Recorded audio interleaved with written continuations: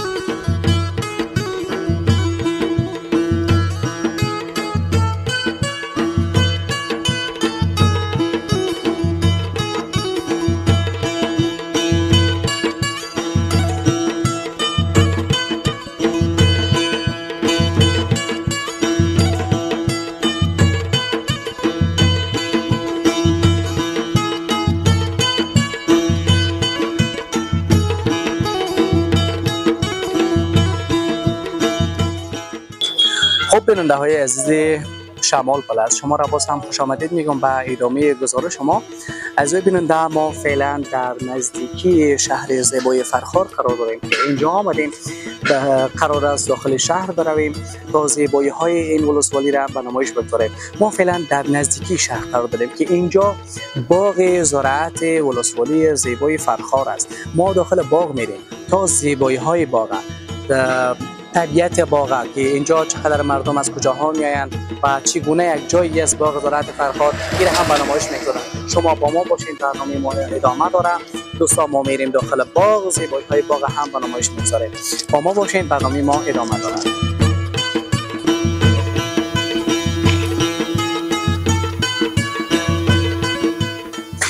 دوستان، اینجا را ببینید چه گلای زیبایی است، چه یک طبیعتی است که اینجا هم فامیلا میتونن بشینن جای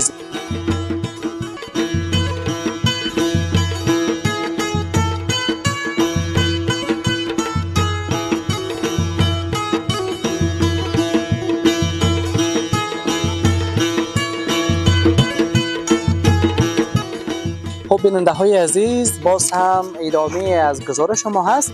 دوستان، ما در پارک زیبای فرخار قرار دادیم. اینجا هم دو تا از دوستای ما در کنار ما قرار دارن که برادرای ما ازشان مصاحبه میگیریم، ببینیم اینا از کجا آمدن، به خاطر چه آمدن، اینجا چگونه یک جای است.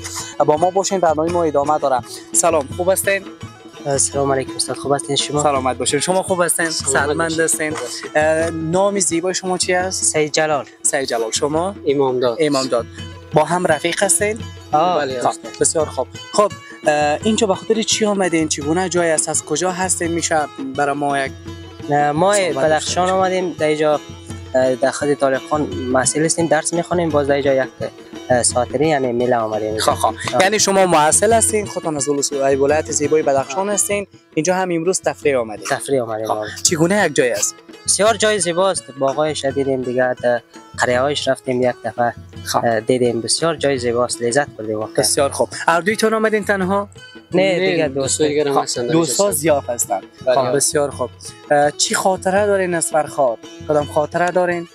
والا خاطره هم که جاهایش دیدیم، بسیار منطقه زیبا داره، سرسبز، باغ‌های خوب دارد. دیگه مردمش هم خوب است. مردمش چگونه است؟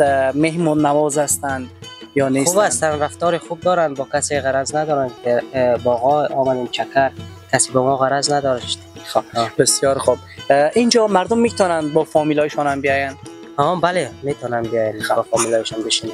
بسیار خوب. خب اعضای بیننده، برادرای ما را که میبینین از ولایت زیبای بدخشان هستند. خود ولایت بدخشان یک ولایت سرسبز، یک ولایت گوارا که واقعا یک جای دیدنی داره. اینا هم آمدن از همچون یک ولایت زیبا دیدنی آمدن فرخار دیدن بکنن، چون فرخار هم یکی از بهترین ولسوالی‌های ولایت تخار است که سرسبز و گوارا هستند. ما هم خیلی خوشحال شدیم از ملاقات با شما. تشکر میکنم. سلامت باشین. ان شاءالله که خوش بگذره. سلامت باشین. جهان سپاس. خب اعضای بیننده، با ما باشین، برنامه ما ادامه داره. زیبایی‌های طبیعت هم ما برنامه‌اش می‌ذاریم برای شما.